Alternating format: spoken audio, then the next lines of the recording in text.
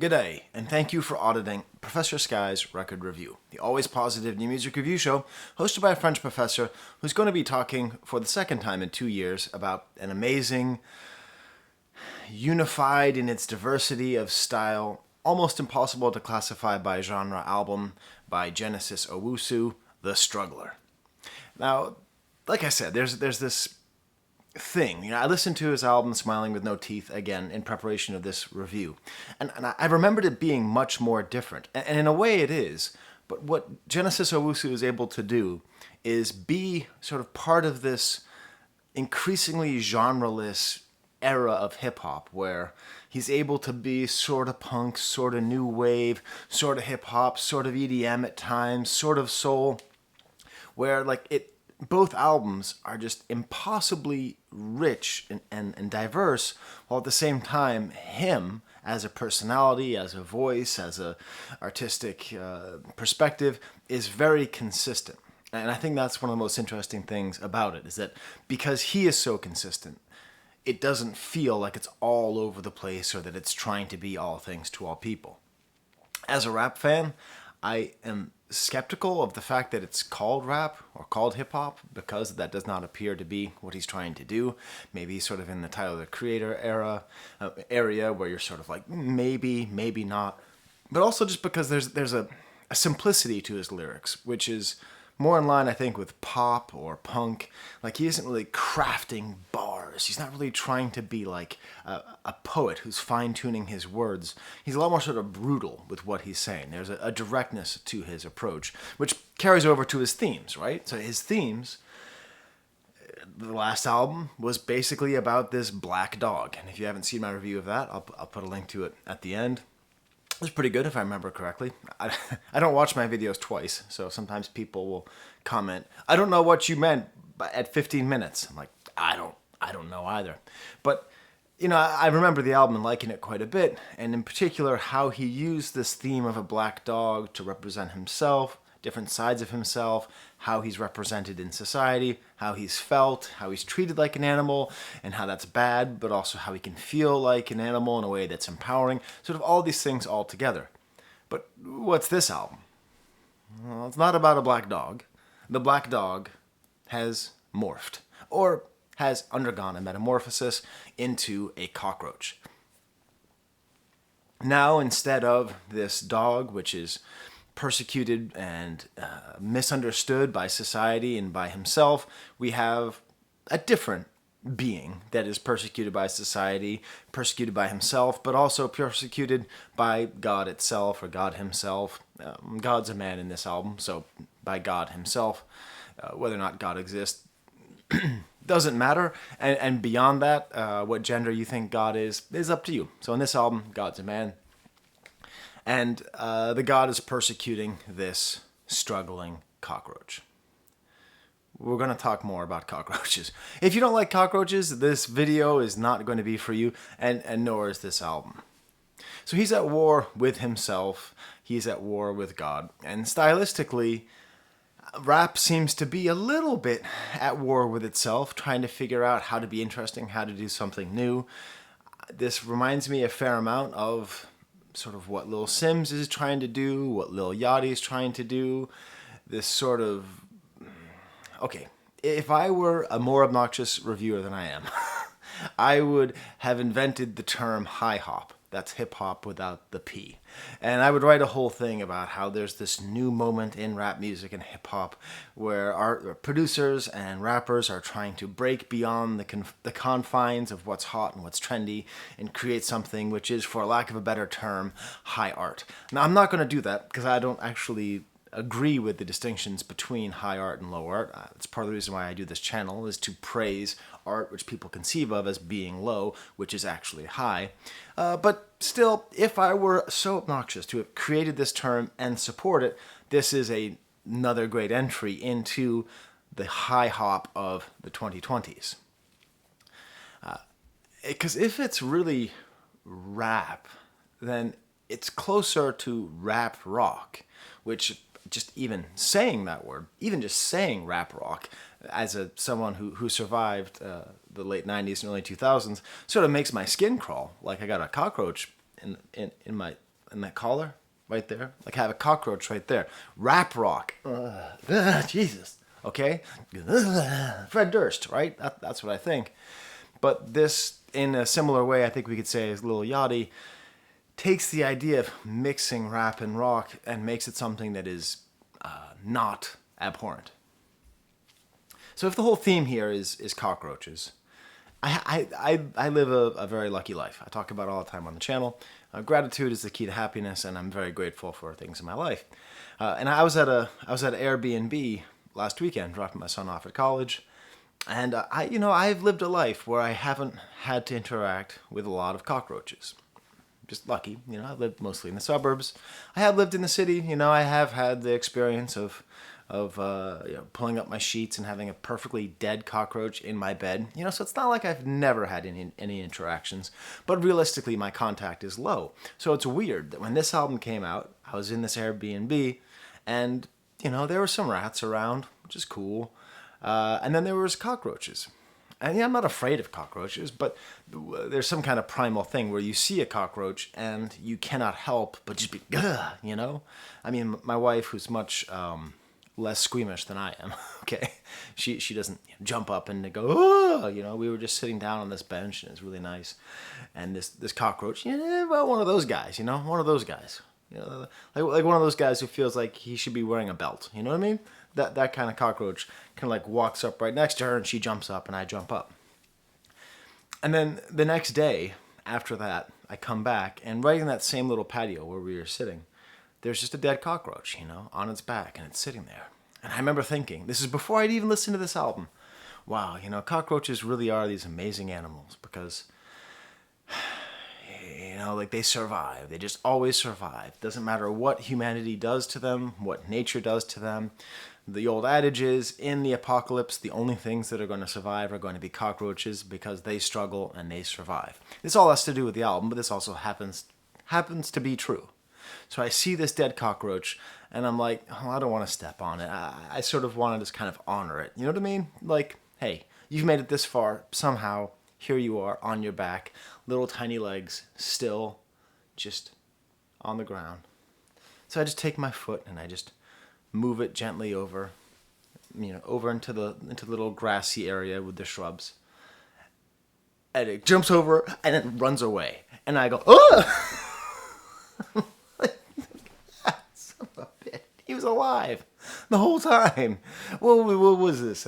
Was this an ambush? I didn't know what it was, but it was pretty symbolic because here I was having these thoughts about this poor dead cockroach, and of course it wasn't dead. Okay, so I'm talking about Metamorphosis. I'm talking about cockroaches. And for perhaps the first time in the history of my channel, the fact that I have a giant head of Franz Kafka behind my shoulder for virtually every video I've ever done is going to come into play. Because when you talk about cockroaches,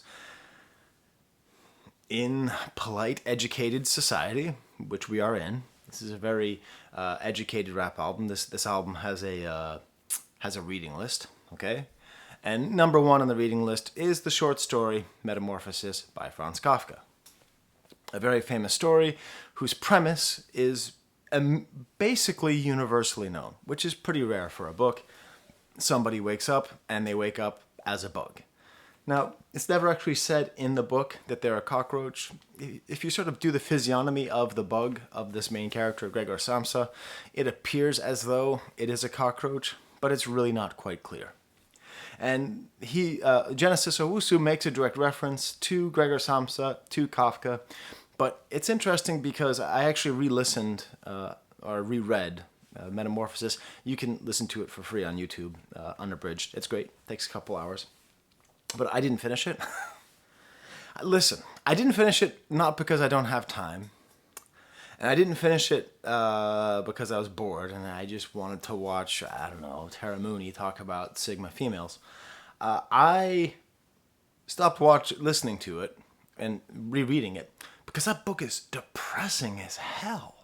I read that book must have been high school, so I was just like, cool, man, he turned into a bug. Dude, if I was a bug, dude, what would I do? I'd probably like live in the walls and like be upside down, bro. That would be so sick. Ah, sick. oh man, I'd love having a thorax. Like that was my high school understanding. Coming to it now, you realize that the tragedy of Metamorphosis is that the guy wakes up and he's a bug, and the first thing he thinks is, how am I going to get to work? How am I going to get to my job, which I don't like and which kills me? How am I going to support my family, which is deep in debt? How am I going to be good to my boss? It's like this weird, well, we won't say capitalist nightmare, but it is a capitalist nightmare. It's a weird working nightmare. It's a weird working class, white collar working class nightmare book that just happens to have a cockroach in it. And so I just had to stop. I had to stop reading it because it was so depressing. How he was being treated by his family, how he felt, the pressure that he felt. It was unbelievable. To the contrary, the Genesis Owusu album, you can have two different experiences. Now, I was stuck in a meeting, okay? So you'll notice the lighting here is pretty dark. It's the first week of obligation, and for a professor that means I have to go to endless amounts of convocations, welcome backs, welcome here, welcome school, welcome department, welcome university, welcome students, all this stuff. So my whole week is just messed up. So I actually read all of the lyrics first before I listened to the album at all. I was like, wow, man, this is depressing, man. This is Kafkaesque. I mean, this is not Kafkaesque in the sense of like being lost in a world you can't possibly understand because there's a set of rules which make everything vertiginous and impossible to navigate, but just in the sense of being very sad, a very sad statement about the feeling of being crushed under society's expectations and injustice. And then I listen to the music. And the music makes me want to dance. It's all do do do do do do do do do do do do, and a little bit of punk, living a life. And it made me realize it actually kind of reminds me of the Smiths in that way, where the lyrics are super depressing, but the music is uplifting. It doesn't hurt that when I hear this guy rap and speak, I'm about to piss off 2 continents and a couple countries. 3 continents, potentially. I hear his accent as British. Please, please, please, please. I'm Australians, please. I know. Hey, I live in a former British colony too, okay? Some people think that people from New York sound just like people from Florida, sound just like people from Kansas. I understand. But, he's Ghanaian. His roots are from the country of Ghana, and he lives in Australia. But still, when I hear the accent, I don't hear it as an Australian accent. But that's probably just because America has such a cartoonish understanding of Australia, which I think is Australia's fault. I think Australia figured out how to market themselves to Americans by just being cartoons. And then it kind of like bit them on the wallaby, because then they're sort of like, oh, but actually we're real people, even though we sold you this cartoon. I don't know. Please tell me in the comments, where can I find out about the perceptions of Australians by Americans, and where does that come from? I'll definitely say that this album is refreshing in the way, and all of his work is refreshing in the way that it's just, this is what culture does. Because if your impression of Australia is entirely written to you by that Simpsons episode where they go to Australia, or by Crocodile Dundee, or by the Crocodile Hunter, or whatever it is, this culture helps us to better understand things in a way that's much more comprehensive, and you understand it's just a place, right? It's a place that might have more spiders, but that's about it. So I'm talking about this album. I just pissed off Australians and British people. I'm sorry. If it makes you feel any better, I'm just an ignorant American. You can put that in the comments. Say, Skye, you may be a professor, but you're just an ignorant American. I won't take offense. I mean, I'll forget that I told you to say that, and I'll read the comment, and I'll be hurt. But you just go ahead and do it anyways, okay? And sort of the final, actually not the final, but before I get to the actual songs themselves, there is one more intertextual moment. So intertextual meaning referring to something outside of the thing that you're reading or listening to or watching, right? Term coined by Julia Kristeva. And that's the album cover. So I have here for you. Sorry, I went paperless, so my all my notes are on my computer. So I have for you here the album cover. This is the album cover to Genesis Owusu's The Struggler. And that's Barnett Newman's, what is it, One-Etic? One-tastic? I think it's One-Etic is what it's called, from 1948.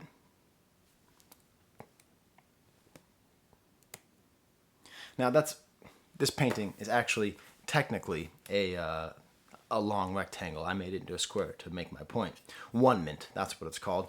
One Mint one from 1948. And that just sort of goes to the ambition of this project. Because Barnett Newman, he made that painting in 1948, and it was right around the time of abstract expressionists, and what he called it was chromatic abstraction, or that's what it was called in referring to his work. And it's the idea that you can just do very little with color to have a great emotional effect. He called those lines zips. That was his kind of funny term for lines. And anytime you go to a modern art museum, you're always going to run into at least one Barnett Newman. So right off the bat, we have Kafka and we have Barnett Newman. Like I said, this is an album with a reading list, but maybe if the idea of listening to an album with a reading list doesn't bum you out, that's why you're on this channel. Because I don't give grades, I don't give points, I just give you my thoughts. And you can give me a subscription. You can smash the like bucket. If you type the letters AVAA in any of my videos, I will heart the comment, even though I don't know how to make a heart with my hand. Like that. Heart. I'll heart it like that. AVAA means awesome video as always. And sometimes, you like what someone does and you want to comment, you want to help them with the algorithm, but you don't know what to say. That's the easiest way to do it. There's your permission structure to comment for me, okay? So let's get to the album. Let's get to my stamp, my example song. This was tough because the album is all good. There isn't a single bad song on the album. All the songs are so varied. Everything fits so well together. It does feel like a kind of scattered musical about a cockroach who's at war with God. That sounds rad, and it is rad. It's a rad album. But you can click above the banner, above the book about Franz Kafka's art, to the song The Old Man. So this is typical of the album because, again, it's hip-hop. Let's be honest, everybody. We basically ascribe hip-hop. We are much more likely to ascribe hip-hop to any art that is made by somebody who is of African descent than is of European descent. And that's just, that's human nature. And it's part of racism and all the bad stuff. So I'm going to just say that as a way to lampshade what I'm saying by saying this is really kind of a new wave rock song, okay? It starts off with this guy with Genesis saying, sometimes it feels like... And then he sings this there's Cure-style guitar and this new wave singing. There's an old man in the sky waiting to fuck my life up. I don't get it. I don't care about it. Sorry. I know I'm supposed to be doing an Australian accent, but I don't know how.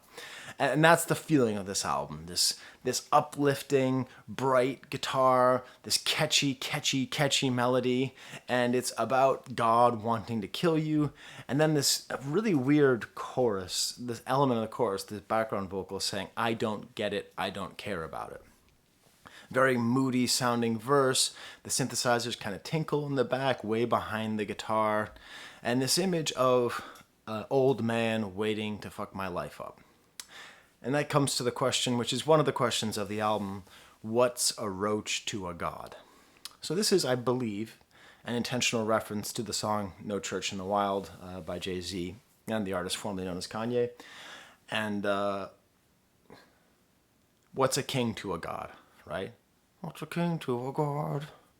Not a non-believer. Aha! Anything. No church in a while. Okay? That's my go-to karaoke song, if you couldn't tell. Not true. Mama said knock you out. That's my go-to. karaoke song. But what is a roach to a god? That's the question. And it's a fun play on the term, what is a king to a god? Because he's not seeing himself as being high, he's seeing himself as being low, the lowest of all creatures. But as we've already established by the cockroach that scared the bejesus out of your dear host here a couple days ago, if cockroaches are the lowest creature, how come they're going to outlive us all? How come they have more power? How come they are more resilient than we are? What is a roach to a person? He talks about trying to find the drive, but I got a slash tire, trying to run from hell. I feel the warmth from the fire. So we have the idea of like that slash tire, I think, is his place in society as somebody who's feels alienated and the pangs of racism. Sort of structural impediment to his progress, but then his own impediment, how he stops himself because he runs from hell but likes the warmth of the fire. And then we get to the sentence, run, roach, run, which is basically the theme of the entire album, just run. And the whole feeling is, I bet the Genesis Owusu could do a great straight rap album. I bet he could go to Atlanta and then he could get a bunch of, top level producers and make a rap album. But like it wouldn't fit what he's trying to do. Because like, run, roach, run. Like you need that sort of rock energy for it. And then there's like a full punk bridge. Just, your master is a system. Your master is a suit. I mean, I think the song is saying that there's no rules. It's sort of going there. It gets even more rocky and rocky as this bridge develops. The drums get a little bit louder. It's like this kind of sloppy hi-hat. There's this droning sounds.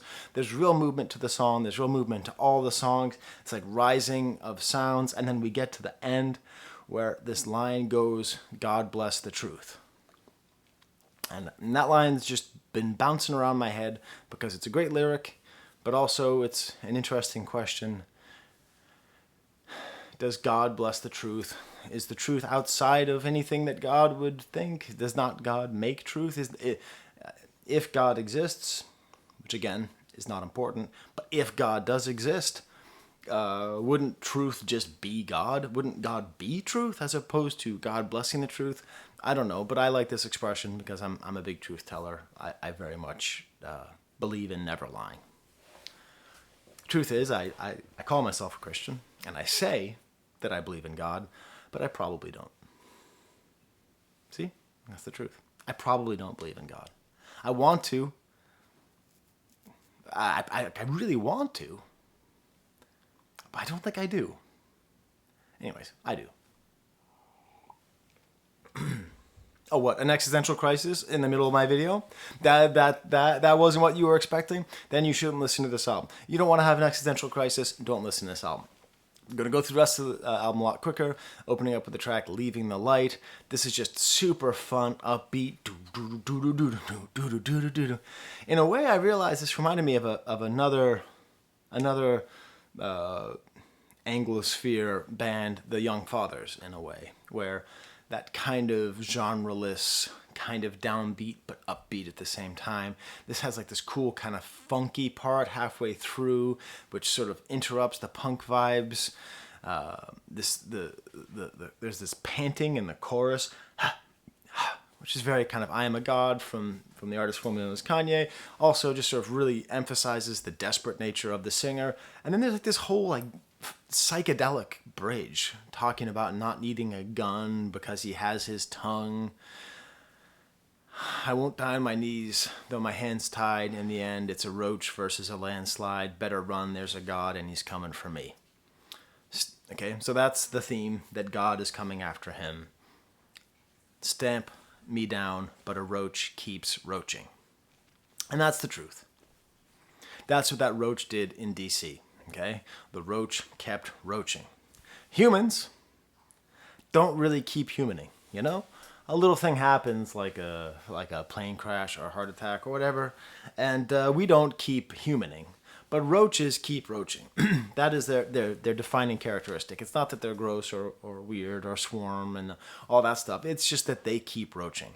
They are defined by their ability to struggle and persist, which is what makes them a hero here. Again, going back to Kafka, I'm not sure how much this roach is like Gregor Samsa. I'm not really sure, because Gregor Samsa in Metamorphosis seems to be basically unaware of the nature of a bug and sort of unaware of society and its treatment. Kafka's aware, and that's what Kafka is showing us. But in this whole story, the roach character in Genesis, Owusu's album, he seems very aware of his position in life, of his relationship to God, and of his relationship to society. But, you know, maybe that's the difference between a novel and a song. Or maybe we don't need a literal interpretation of Metamorphosis. Next song is called The Roach. Distorted, kind of unsure guitars to open, and this almost funky, like, singing with these drums playing almost like this honky-tonk woman-style rhythm behind. This album at times reminds me a little bit of that Steve Lacy album as well, and the sort of way it glides between sort of like a woozy feeling and sort of a strong feeling. Trapped in the black, I'm a roach, don't knock me on my back, legs in the air, hope God don't attack. Only fit for the fiends, said the Pope and Queens, I'm the king of the unseen. This is another element of the roach, is that cockroaches are everywhere. They're everywhere, all the time, constantly. In my collar, there's a cockroach, and he's just sitting there. And his little tiny antennae are there, and he's about to crawl right down my back, right? And if you're sitting at home, there's one on the back of your neck as well, right? Like, there's cockroaches everywhere. But they are unseen. And that is another element which brings in which, I think Kafka, when he's talking about cockroaches, it really is about the sense of alienation in society and the need to be a productive human being. And I think he's using the cockroach or the bug as the sort of ultimate symbol of something which is not productive in our modern society, not a contributor. And so I think, it's a different bug. But still, this is where he directly says, feeling like Gregor Samsa, a bug in the cog of a gray-walled cancer. And this is fascinating because probably my favorite part of listening to 3/4 of Metamorphosis before getting too depressed and turning it off. The book is so dark. It's not a goofy book about turning into a bug. It's not. Anyways, but there's this amazing part. This may be the most poetic part of the 3/4 of the book that I reread. Is that he looks out the window as a bug, and he talks about, I don't have the quote here exactly, but it's, the gray of the heavens met the gray of the city, and it looked endless. So this whole idea of the endless gray of the sky in a city and in post-industrial capitalist hellscape, and then the gray of cement and blocks and stone just sort of merged together, so that when you read this, you have the image of a little cockroach or big cockroach on a leather couch sitting in a completely gray void. Genesis Owusu understood that and referred to modern existence as a gray-walled cancer. Did I say he wasn't poetic? Jesus, I did. But what I mean by that is that I don't think he works on like internal rhymes and external rhymes and multisyllabic rhymes. I don't think he's trying to get people to say, damn, bars. I think he's trying to get people to say, damn, music. Cool outro here, these sounds in the other room. Then we get to the old man, the stamp, and then we get to the song, See You There.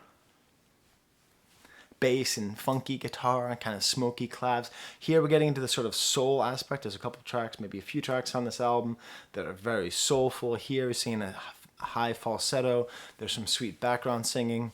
And it's a very gentle, sweet love jam about eternal damnation.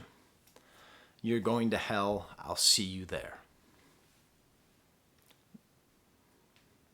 Next track called Freak Boy. Funny thing is, when you read the tracks, I thought this was going to be the prerequisite, like, gross ambiguity about being super sexual song. It's not. Super tight groove. The whole thing just feels really light and super fun. You know, you listen to this track, it's a light, fun dance song, very well constructed, but these very depressing lyrics. Cosmic dread, I got a fistful. If ignorance is bliss, I'm trying to stay blissful. So this is the whole idea that with knowledge comes misery. It's funny because I just did the review of the Billie Eilish song for Barbie. I talked about how it's a good introduction to existentialism, how Barbie, the movie, is a good introduction to existentialism. So is Kafka, even though he was before existentialism as a term was coined. But so is this album, right? Because he's drawing this very clear understanding that once you have consciousness of your death, you have cosmic dread, you have nausea, you have that understanding of the finiteness of your own existence. So the only one way to combat that is ignorance. So he's trying to stay blissful. He's trying to stay ignorant. I'm a roach, I'm a freak boy. I saw the world burn, but I smile. This a freak joy. I know you wanna roach, what you hiding in your clothes? Keep running. Very catchy. Like this really, really catchy song that constantly reminds you of your own finite existence, of the need to struggle, and just that you just need to dance. Speaking of dancing, next song, Tied Up. Kind of wah-wah guitars here. This is the only song on the album which is not labeled as explicit. There you go. Here he is speaking, talking. Can you tell me just in the comments, you've already called me a dumb American, but am I wrong for hearing this as a British accent? Am I just wrong? No, that's not it. That's not it. I can't help it. I don't hear what I associate with an Australian accent. This song's funny because, I have a baby who turns 1 year old in 4 days, and she's just learning how to stand up, and she loves watching people dance. That's her favorite thing. I dance all the time. And so for the first time ever, with her hand on a little railing, she started doing the little dance that babies do when they dance. And this is the song, Tied Up. There you go. Genesis Owusu. It's a good dance song.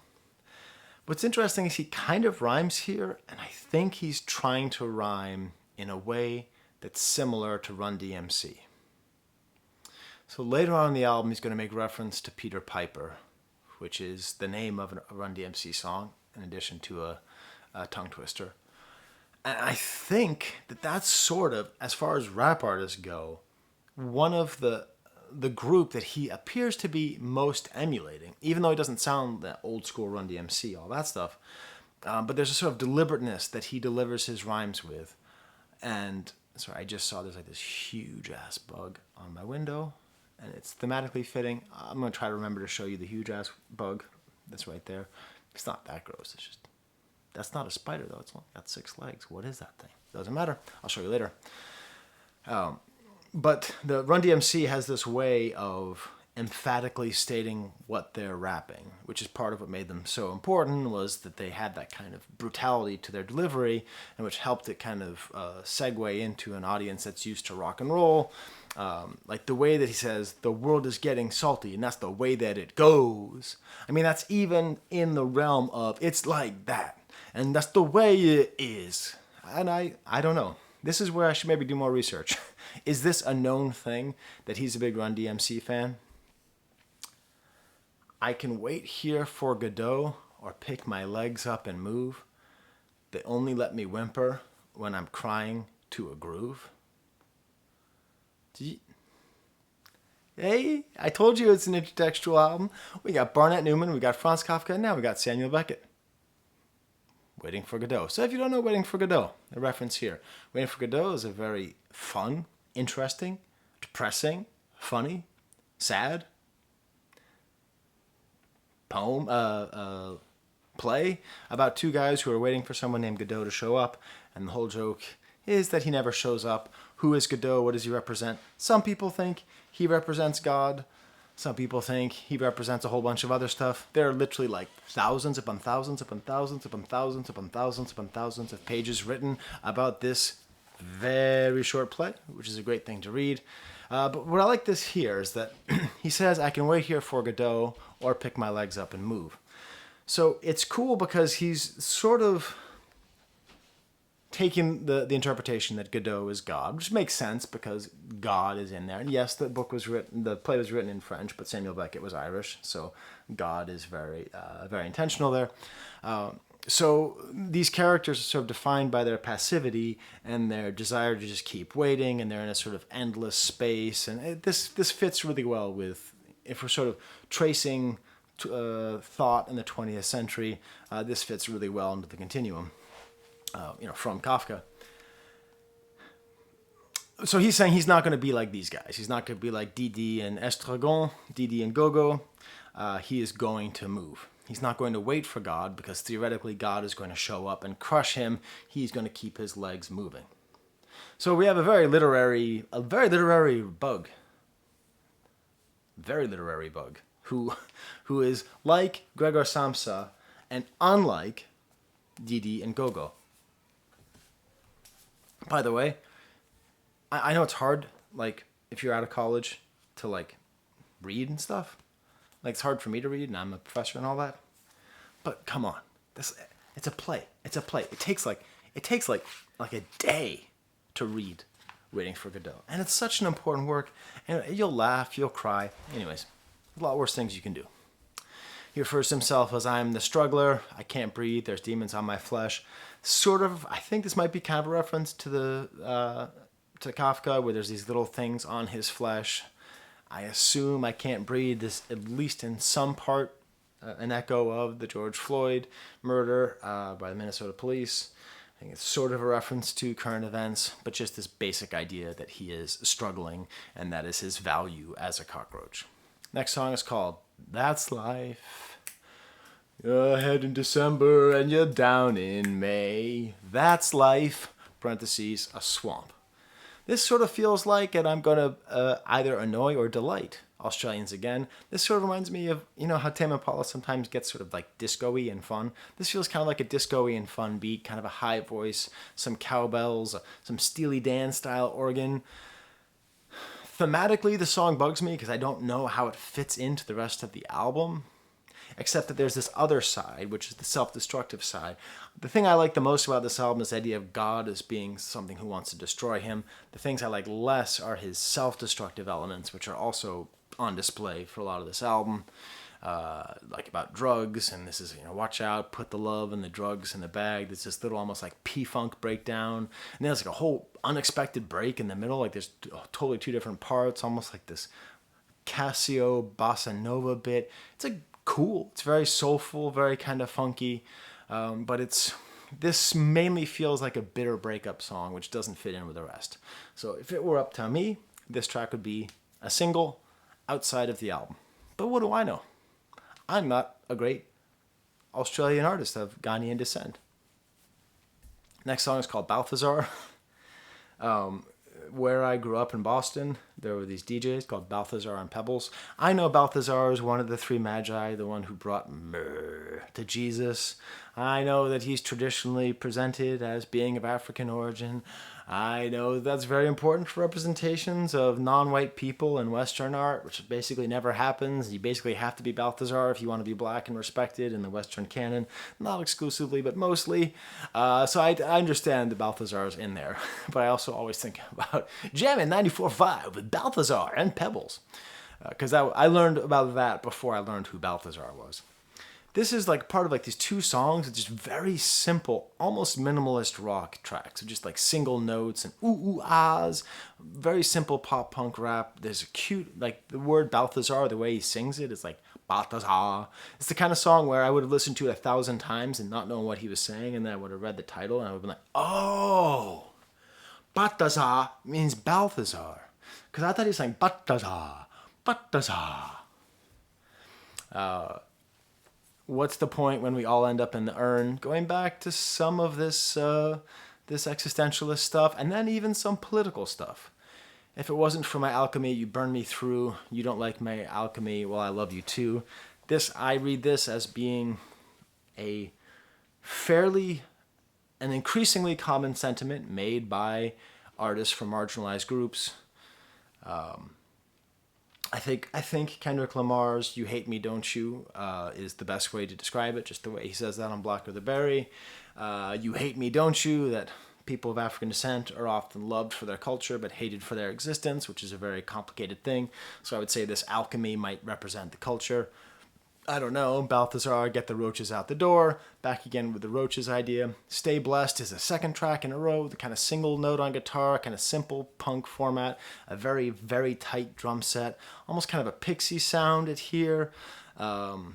I'm the roach that God wants to kill. Now we fill the ground. If you kill me now, you're going to deal with roach number 2. So it's kind of inspiring. Like, you can't kill the roaches because you can't. Not only can you not kill one, but if you kill one, there's going to be 1,000 more. My flesh beats charcoal. Stay blessed, stay blessed. I'm done. I done been a pest now. Stay blessed, stay blessed. This is the most empowering song, saying that everyone who feels like a cockroach, everyone who feels like God and society, and even yourself are trying to kill you, that you can just stay blessed. That cockroaches are blessed. They are. Cockroaches are blessed with the ability to survive. Every day that you're not in an urn is a success. What comes will come. Different style beat, almost more of a rap beat here, like an automatic drum machine, these cool blown out keyboards. There's like a jungle style, like bridgey outro here, kind of uplifting. And this idea, busy making trauma, so I got something to rap about. Self-inflicted stabbing doubt, baby, what's that about? So that's this idea again, of this sort of self-destructiveness, and maybe that's an interesting idea of the cockroach, which I hadn't thought about till talking right now, so it's not on my notes. I'm going to be pontificating here. That maybe part of what makes cockroaches so powerful is that they can't even hurt themselves. They're so strong, they're so good at struggling to survive, that they can't even take themselves out. We then get to the bit where he says, I'm Peter Piper, I'm Peter Pipe. I have a whole bunch of notes here. I don't think they mean anything. You know, I looked it up. Peter Piper is a tongue twister that came from 1813. Peter Piper picked a peck of pickled peppers. A peck of pickled peppers Peter Piper picked. If Peter Piper picked a peck of pickled peppers, where's the peck of pickled peppers Peter Piper picked? It doesn't mean anything. It's about eating pickles. It's about a guy named Peter eating pickles.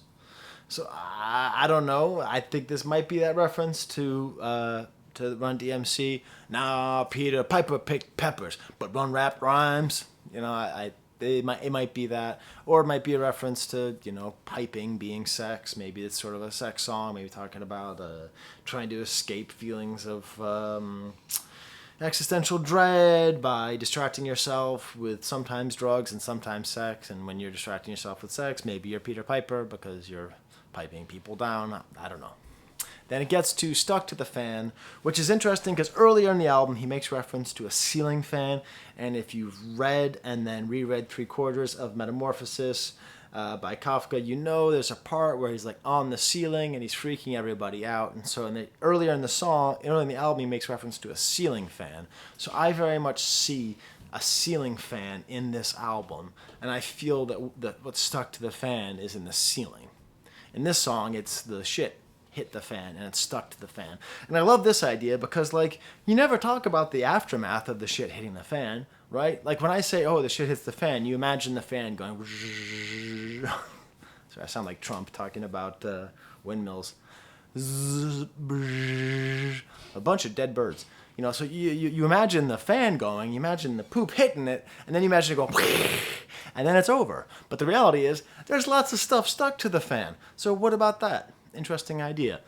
This song, you know how great papers, you know, great articles or whatever, the conclusion closes a door and opens a window.